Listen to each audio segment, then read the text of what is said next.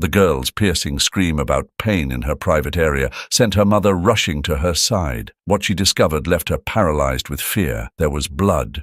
"Mummy, it hurts!" Chloe's voice cut through the silence of the house, like a knife. She stood in the hallway clutching the waistband of her pajama pants, her face a mask of fear and confusion. The only sound that followed was the clinking of empty bottles rolling across the floor of Lauren's bedroom. Lauren lay sprawled on her bed, tangled in the sheets, the sharp odor of stale alcohol filling the room. It mixed with the scent of cheap perfume and cigarette smoke. The television flickered in the background, ignored, playing to an audience that wasn't there. Lauren barely registered Chloe's presence, her mind foggy from the aftermath of last night's binge. "Mum, please." Chloe's voice wavered, her small frame trembling. "It hurts down there." Lauren squinted against the harsh light streaming through the curtains, forcing herself to focus. Her head pounded in rhythm with her heartbeat, each throb a reminder of the alcohol she had drowned herself in to escape the memories of a husband who had left, the life that had slipped through her fingers. She turned her bleary eyes to her daughter, a flicker of irritation crossing her face. "Chloe," Lauren groaned, rolling her eyes. "Not this again." Her words were thick, slurred. "You always do this, making things up for attention." "But it really hurts, Mum. Enough." Lauren's voice cracked like a whip, sharp and cold. "I've got enough to deal with without your drama." She waved a hand dismissively, as if swatting away an irritating fly, then reached for the half-empty bottle on her nightstand. The amber liquid swirled inside, mocking her with promises of oblivion. Chloe's face crumpled, her mother's words hitting her harder than the pain gnawing at her insides. She bit down on her lip, struggling to hold back the sobs threatening to break free.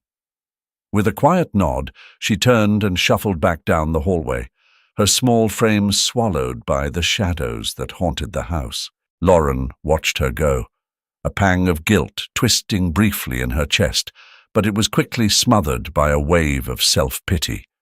She tossed back another drink, the liquid burning down her throat.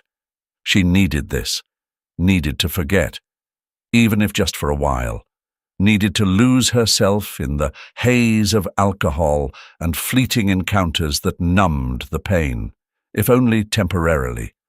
Days blurred into a mess of empty bottles and strangers' faces. Lauren came and went at odd hours, leaving Chloe alone in the house for days on end. She stumbled through the door one evening, the scent of a man's cologne lingering on her clothes, her mind clouded by the aftermath of her nightly escapades. The apartment was eerily quiet. Chloe was nowhere to be seen. Lauren barely noticed. She collapsed onto the couch, already reaching for the bottle stashed behind the cushions. It wasn't until the next morning that she heard the faint whimpers coming from the bathroom. Lauren groaned, rolling over and squinting against the harsh sunlight seeping through the blinds. The sound grew louder, more desperate, each sob like a knife twisting in her gut. She dragged herself off the couch, her movements slow and unsteady, and made her way to the bathroom. She pushed the door open and froze. The sight that greeted her was enough to sober her instantly. Chloe was curled up on the cold tile floor, her pajama pants soaked through with blood. It pooled around her, staining the white tiles a deep crimson. The smell was overpowering, a metallic scent mixed with something else, something terribly wrong. "Chloe!" Lauren's voice cracked as she dropped to her knees beside her daughter. Chloe's face was ghostly pale, her eyes half closed, her breathing ragged and shallow. Lauren's hands trembled as she reached out, unsure of where to touch, how to help. "Mommy," Chloe's voice was a faint whisper, barely audible above the roar in Lauren's ears. It hurts." "Oh God, Chloe." Lauren's voice shook as she scooped the limp child into her arms, feeling the warmth of the blood seeping into her clothes. "I'm so sorry. I'm so sorry." Tears blurred her vision, But she couldn't afford to break down now.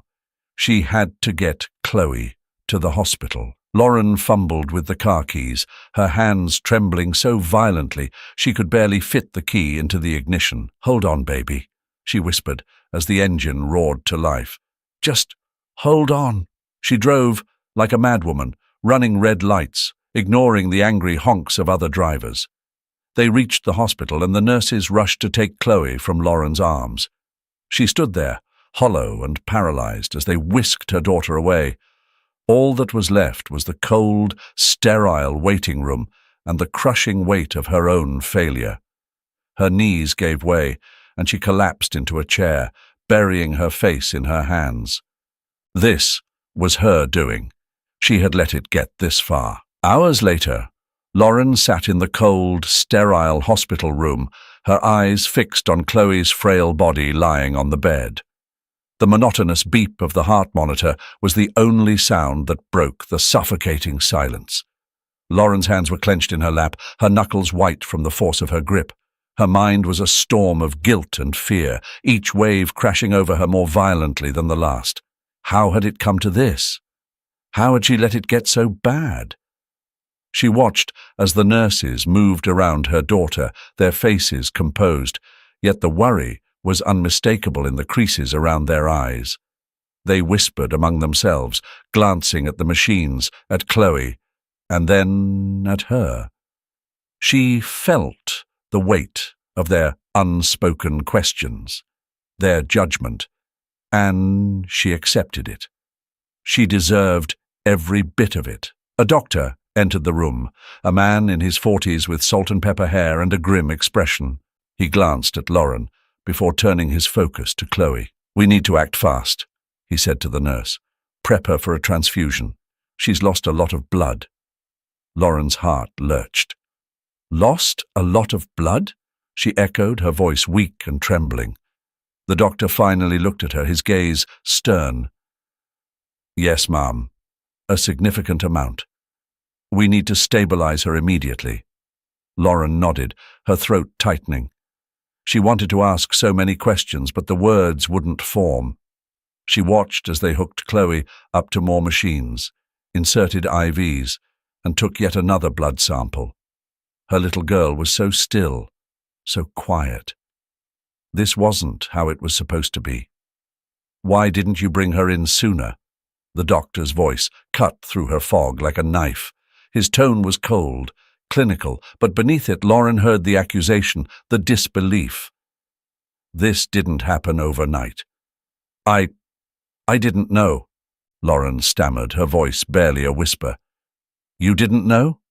The doctor shook his head, turning back to his work. "She's been bleeding internally. The pain must have been excruciating." Lauren's heart sank, the reality of the situation crashing into her like a freight train. Chloe had been in agony, and she had ignored it. More than that, she had dismissed it.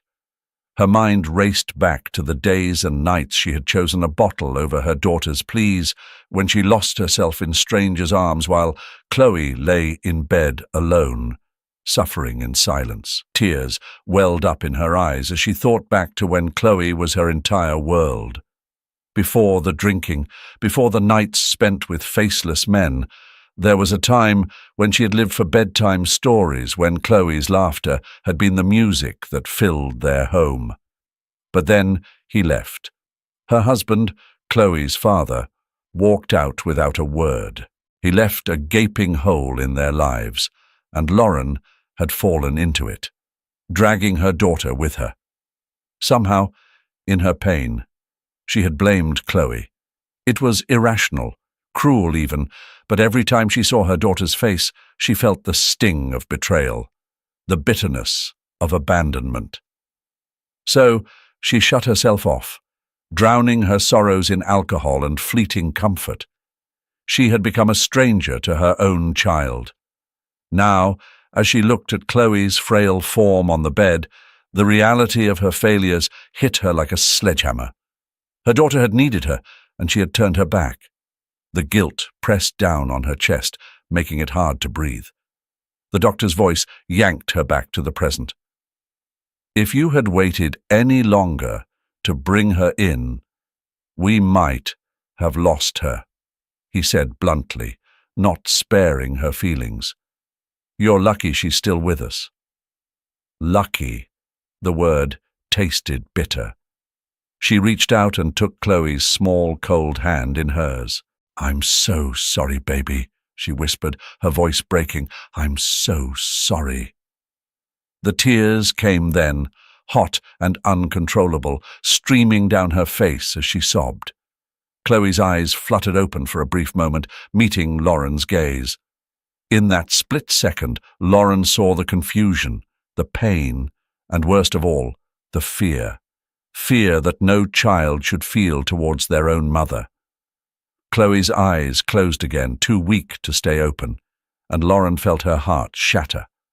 The room fell into a heavy silence once more as the nurses completed their tasks and quietly exited. Lauren was left alone with her daughter. The only sounds filling the room were the steady hum of machines and the sporadic beeping of monitors. Guilt twisted in her chest. She should have seen the signs. How many nights had she staggered into the house, too drunk to notice the fear in Chloe's eyes when she moved? How many times had she pushed her away, ignoring the silent cries for help?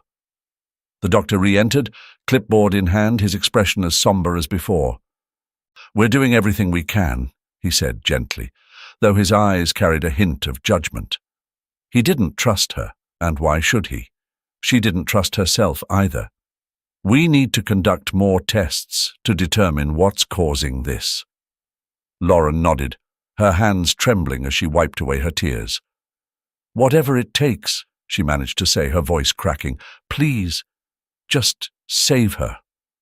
He gave a brief nod and left, leaving Lauren alone with her anguish and regret. Chloe woke the next morning, her eyelids fluttering open like delicate flowers in the early morning light. Lauren was at her side instantly, her heart fluttering between hope and dread. But the hope quickly faded as Chloe let out a soft groan, her small face contorting in pain. It hadn't gone away. Hey, sweetheart, Lauren whispered, her voice shaky but tender. She brushed a strand of hair from Chloe's forehead, damp with sweat. How are you feeling? Chloe's voice was barely audible. It still hurts, Mummy. Lauren bit down on her lip, fighting back the tears that threatened to spill over. She wanted to be strong, to offer her daughter comfort, but all she felt was terror.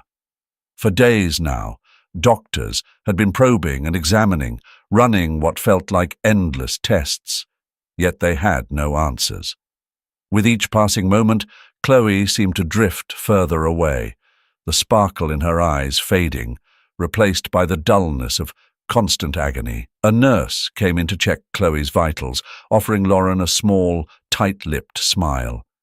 Lauren watched as the nurse moved with practiced precision, her actions mechanical.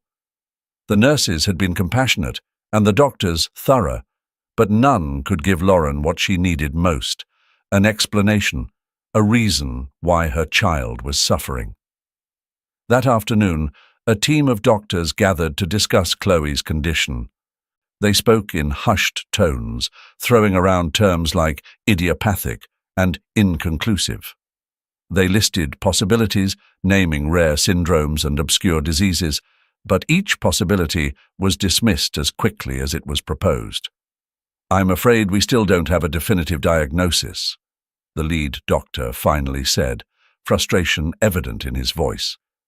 Her symptoms are atypical. We've run a full spectrum of tests, but the results are inconclusive. Inconclusive, Lauren repeated, her voice rising in pitch. How can you not know what's wrong? She's in pain, can't you see that? The doctor sighed, his eyes reflecting the helplessness he felt. We are doing everything we can, Mrs. Thompson. These things sometimes take time. Time? Lauren shot back, her voice breaking. Time is the one thing she doesn't have. She's getting worse every day. Her voice trailed off, choked by the fear that consumed her. She turned away, unable to say more. unable to speak the terrible thoughts that haunted her every moment. After the doctors left, Lauren collapsed into the chair beside Chloe's bed, her body shaking with suppressed sobs. She stared at her daughter, her once lively, joyous girl who used to dash across the playground with laughter that could light up a room, now lying there, pale and fragile. She had put her faith in the hospital, in the promise of answers, but all she had received were empty words and unfulfilled reassurances. Later that evening, Lauren's old friend Megan came by to visit. She had heard about Chloe's condition and came to offer support. They sat in the sterile hospital cafeteria, the fluorescent lights casting harsh, unforgiving shadows on their faces. "How is she?" Megan asked quietly, her eyes filled with concern. "No better," Lauren replied, rubbing her temples. "They have no idea what's wrong.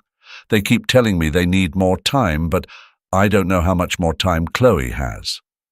Megan hesitated, staring into her cup of coffee as if searching for the right words. "You know," she began cautiously, "I have a friend who swears by this local healer, some kind of spiritual guide, I guess." Lauren blinked at her in disbelief. "A healer? Like some kind of witch doctor?" "Not exactly," Megan quickly corrected, "and more like a traditional healer. She's helped a lot of people when modern medicine couldn't. I know it sounds far-fetched, but maybe it's worth a try." Lauren felt the urge to dismiss the idea outright. Lauren wasn't one for superstition. The idea of taking Chloe to some backwoods healer felt absurd, almost laughable.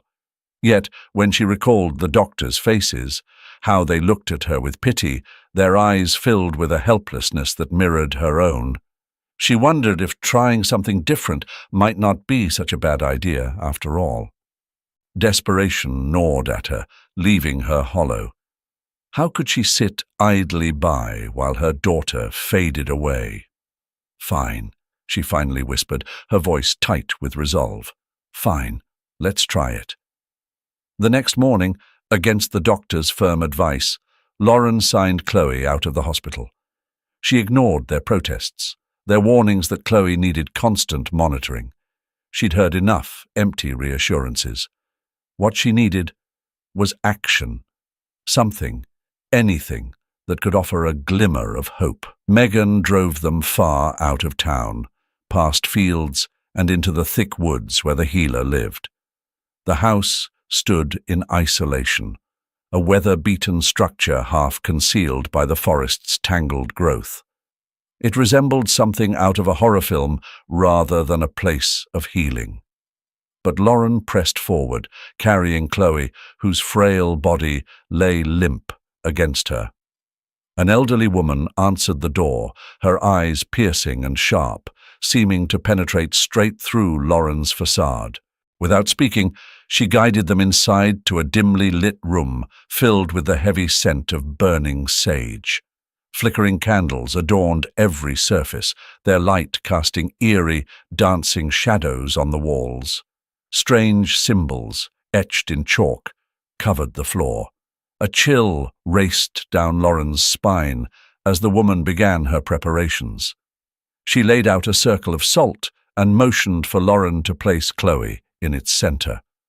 Lauren hesitated, then complied, watching in silence as the healer moved with practiced precision, setting up bowls filled with herbs, oils, and mysterious talismans around them. The woman began to chant in a language foreign to Lauren, her voice rising and falling in a haunting melody that felt ancient and otherworldly. She tossed herbs into the air, filling the room with a pungent, earthy aroma that made Lauren's head spin. Chloe lay still within the circle, her breaths shallow, eyes shut. The chanting intensified, growing louder and more frenzied. The candle flames leaped higher, casting grotesque shadows that twisted on the walls. The woman pulled out a small vial of dark liquid, allowing a few drops to fall onto Chloe's forehead. The liquid glistened in the candlelight, gleaming like fresh blood. Lauren's heart raced. This was madness. She should stop it, scoop Chloe up, and flee from this place. But she couldn't move, trapped by a faint thread of hope that this strange ritual might succeed where modern medicine had failed. The woman then drew a bundle of feathers bound with red string from her robe and waved it over Chloe's body, muttering incantations in a low, guttural voice. Lauren watched in horror as the healer's eyes rolled back, her voice morphing into an unearthly growl as though she was communing with some ancient, powerful force. The air in the room seemed to hum with energy, vibrating in sync with the rapid beat of Lauren's heart. Chloe stirred, a faint whimper slipping from her lips. Lauren's breath caught in her throat, her hands clenched at her sides. Was it working? Could this bizarre ritual be having some effect? After what felt like an eternity, the woman ceased her chanting, her eyes snapping back to normal. She regarded Lauren with an expression that was impossible to read. "The child has been cleansed," she said, her voice raspy and weary. Lauren rushed to her daughter, her hands shaking as she touched Chloe's face. Her eyes fluttered open, a flicker of life shining in them. "Mom?" she croaked, her voice barely audible. "I'm here, baby," Lauren murmured, tears streaming down her cheeks. "I'm right here." Yet, as she held Chloe close, a cold knot of doubt twisted in her stomach. The healer claimed the pain was gone, but could it truly be that simple? They drove back home in silence, the woods giving way to open fields, and then to the familiar streets of their town. When they arrived, Lauren carried Chloe to her room, tucking her into bed with the utmost care. Exhaustion overcame Chloe, her eyes closing almost immediately. Lauren sat beside her, stroking her hair with trembling hands, her heart weighed down with uncertainty. In the days following the ritual, a change seemed to come over Chloe. The pallor that had dulled her cheeks slowly faded, replaced by a soft, healthy blush. The lines of pain etched into her young face began to ease, and for the first time in months, Lauren dared to hope. Lauren kept a vigilant eye on her daughter, a glimmer of hope breaking through the gloom that had surrounded her for weeks. For the first time in what felt like an eternity, Chloe smiled, a faint, fragile smile, but a smile nonetheless. "Look, Mommy," Chloe whispered one morning, her voice carrying a hint of its former strength. In her hand, she held a purple crayon, the same one she used to draw with before everything went wrong. "I want to draw today." Lauren's heart swelled with cautious hope. "That's wonderful, sweetheart," she replied, fighting back tears. She quickly grabbed a piece of paper and watched as Chloe started to draw, her small hands moving with a slowness that belied their determination. Each line she drew felt like a fragile thread of hope, weaving its way through the despair that had settled like a dark cloud over their home. For a brief, precious moment, it was as if a miracle had taken place. Lauren dared to believe that maybe, just maybe, the ritual had worked, that whatever darkness had ensnared her daughter was finally loosening its grip. That day felt almost normal. Lauren read Chloe's favorite stories aloud, and Chloe listened, a look of peace on her face that Lauren hadn't seen in weeks. But the relief was short-lived. It started again that night. Lauren was jolted awake by the sound of Chloe's cries, sharp and agonizing, tearing through the silence of the house. She rushed to her daughter's room, her heart thudding in her chest.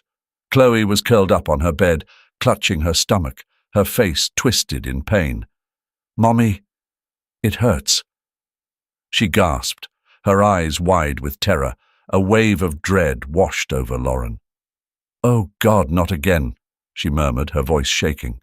She pulled Chloe into her arms, feeling the heat radiating off her small, fragile body. Her skin was clammy, her breaths shallow and rapid. Then Lauren looked down and froze. Blood. It was spreading across Chloe's pajama pants, staining the sheets a deep, terrifying red. For a moment, Lauren's mind went blank, the world narrowing to that one horrifying sight. "No, no, no," she stammered, her voice choked with panic. She acted on pure instinct, grabbing her phone and calling for an ambulance. The operator's voice was a distant murmur as she blurted out their address, struggling to stay composed, to keep the rising terror at bay. Chloe was slipping away, and all Lauren could think about was how she had failed her, how she had let this happen again. The paramedics arrived in what was likely minutes, but felt like a lifetime. They rushed Chloe to the hospital, Lauren clinging to her daughter's limp hand the entire way, her own hands trembling uncontrollably. The ride was a blur of flashing lights and sirens, mirroring the chaos that raged inside Lauren's mind. At the hospital, doctors whisked Chloe away, leaving Lauren alone in the hallway. It felt like the walls were closing in on her, the air too thick to breathe. Panic clawed at her, but she felt paralyzed. She wanted to scream, to cry, to do anything to release the tidal wave of emotion crashing over her. But all she could do was wait. She was directed to a waiting room where time dragged on mercilessly. Nurses moved in and out, their faces a grim mask of concentration. Lauren wanted to reach out to them, to demand answers, but she knew it would be futile. She was powerless, trapped in this moment, at the mercy of forces she couldn't understand. Finally, a doctor approached, his expression solemn. "Mrs. Thompson," he began, his voice calm yet urgent, "your daughter is in critical condition. She's lost a significant amount of blood. We're doing everything we can to stabilize her." Lauren nodded numbly, the words washing over her like cold water. Critical condition.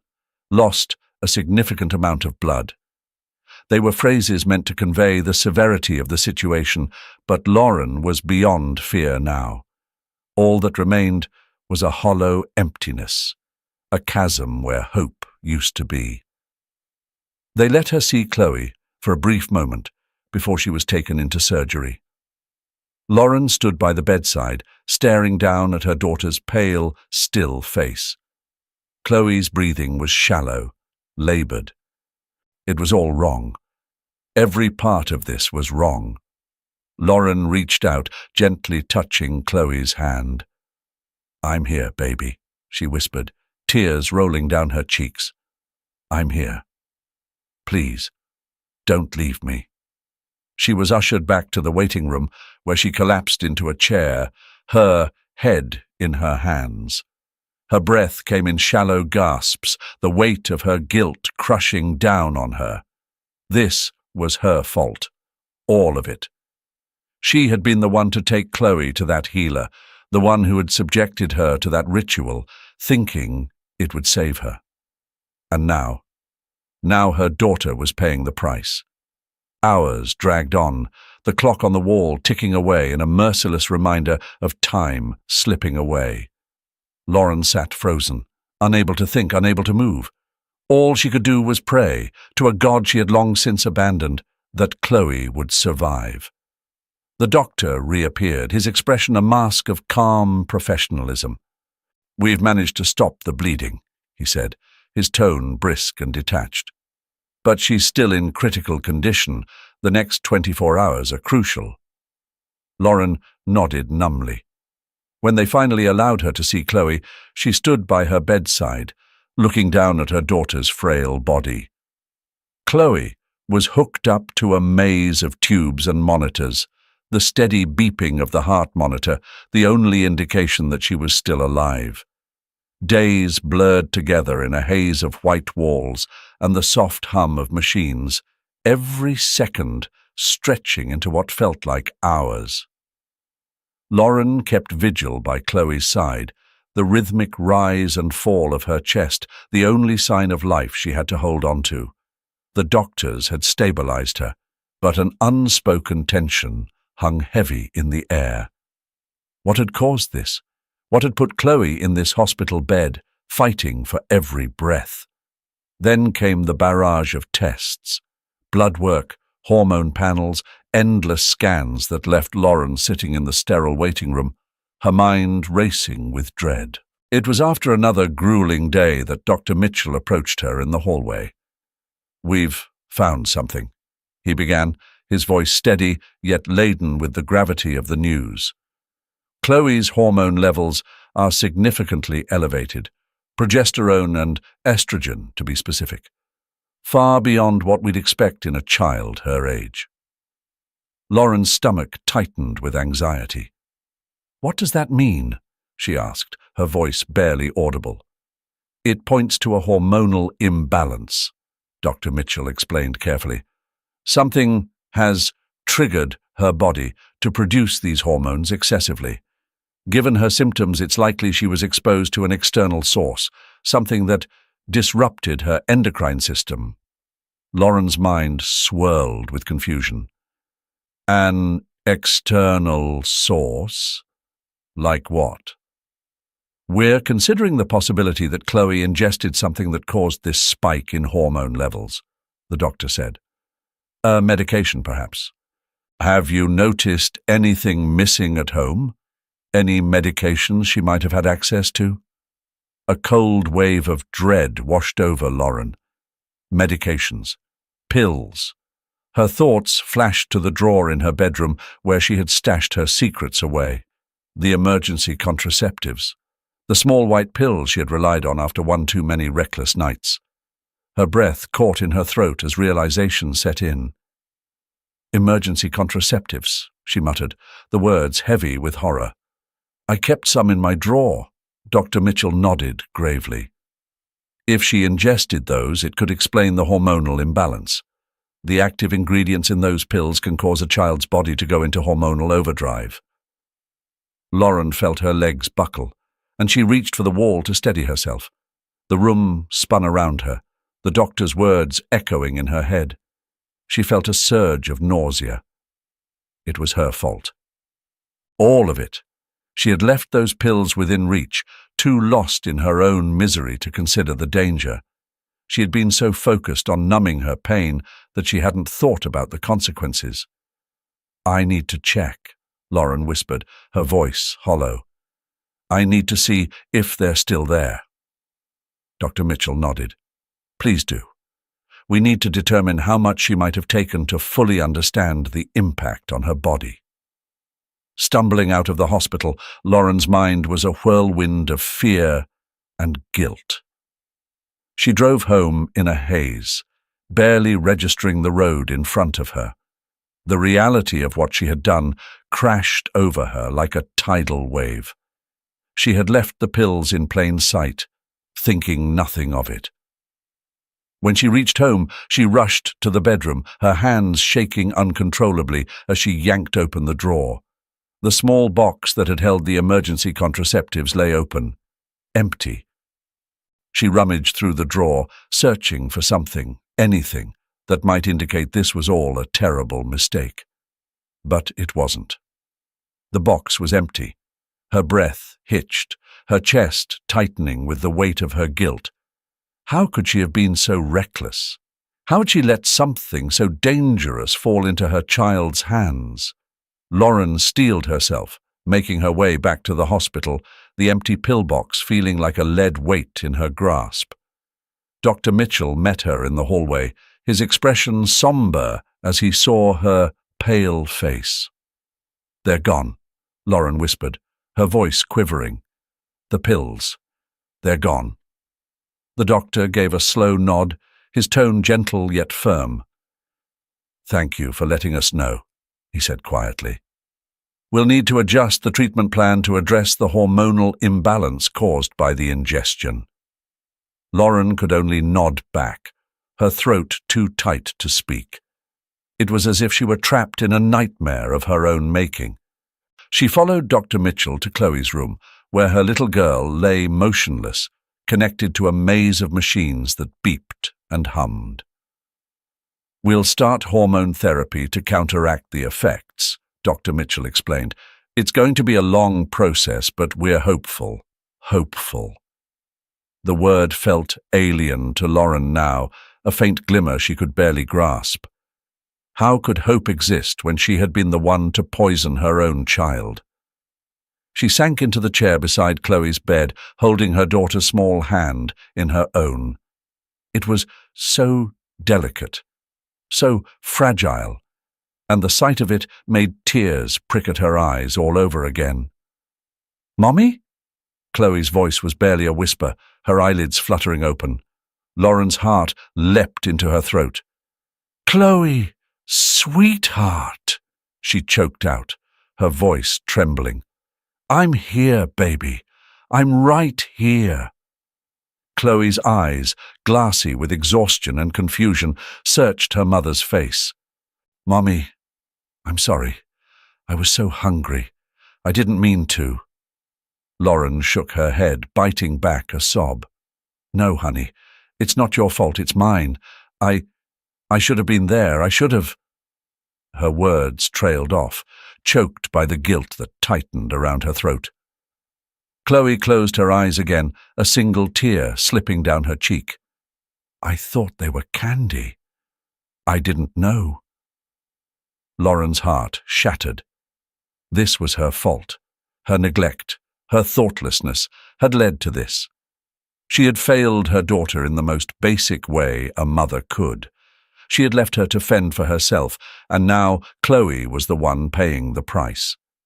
Days turned into weeks as the doctors worked to stabilize Chloe's hormones.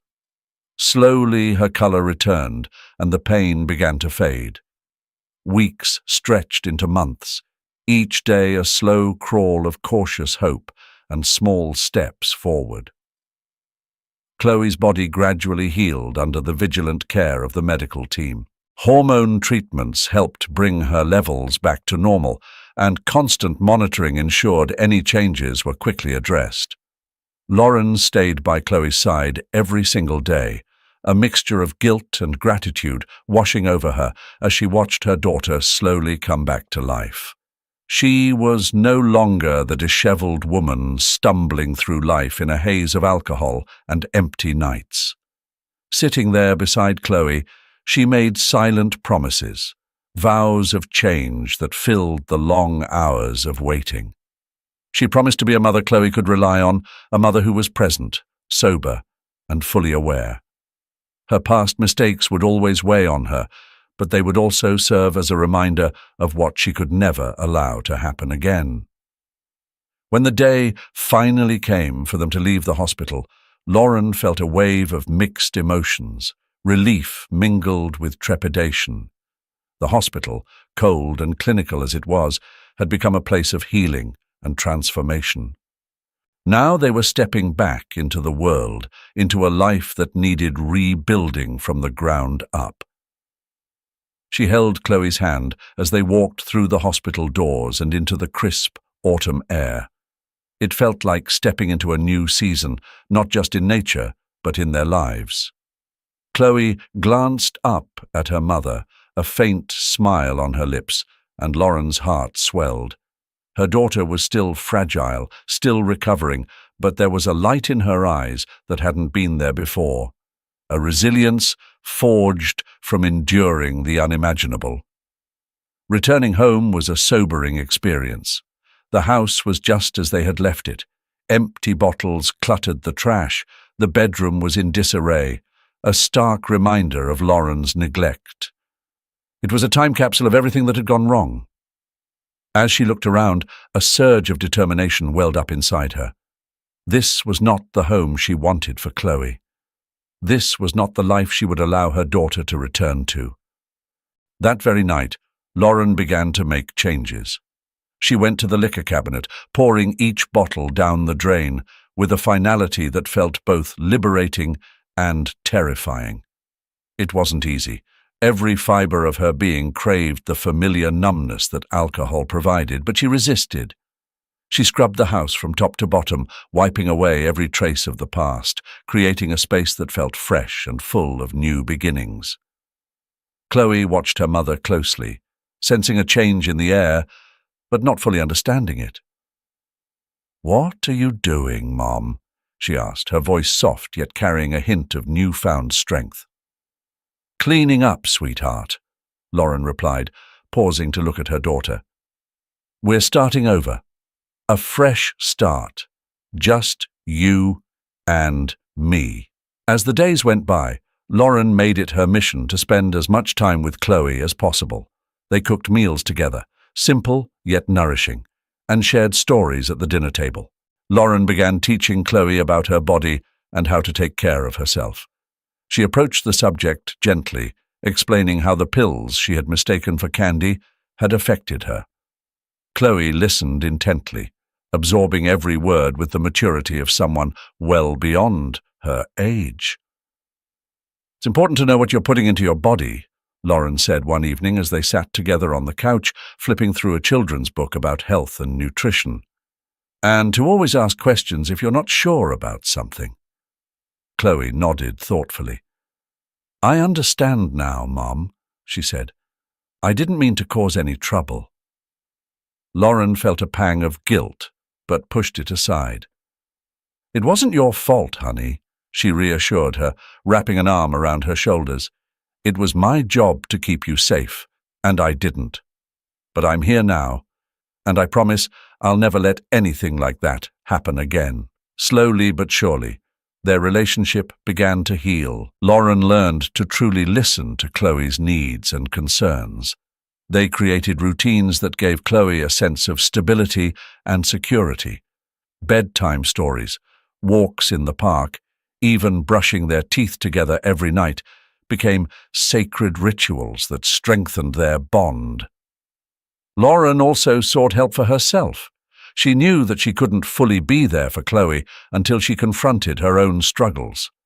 She started therapy, working through layers of guilt, grief, and the self-destructive habits that had almost cost her everything.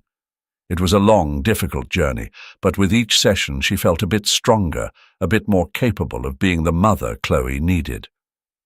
Lauren also arranged for Chloe to see a child psychologist, someone who could help her make sense of everything that had happened. The first few sessions were tough. Chloe was hesitant to open up, and the trauma of her ordeal was still fresh. But slowly, with patience and gentle encouragement, Chloe began to talk. She spoke of her fear, her pain, her confusion, and the overwhelming feeling of being abandoned. Lauren sat beside her during these sessions, holding her hand, tears welling up as she listened to her daughter's raw, honest emotions. In time, Chloe began to reclaim pieces of her childhood that had been stolen from her. She returned to school, cautiously at first, but with growing confidence.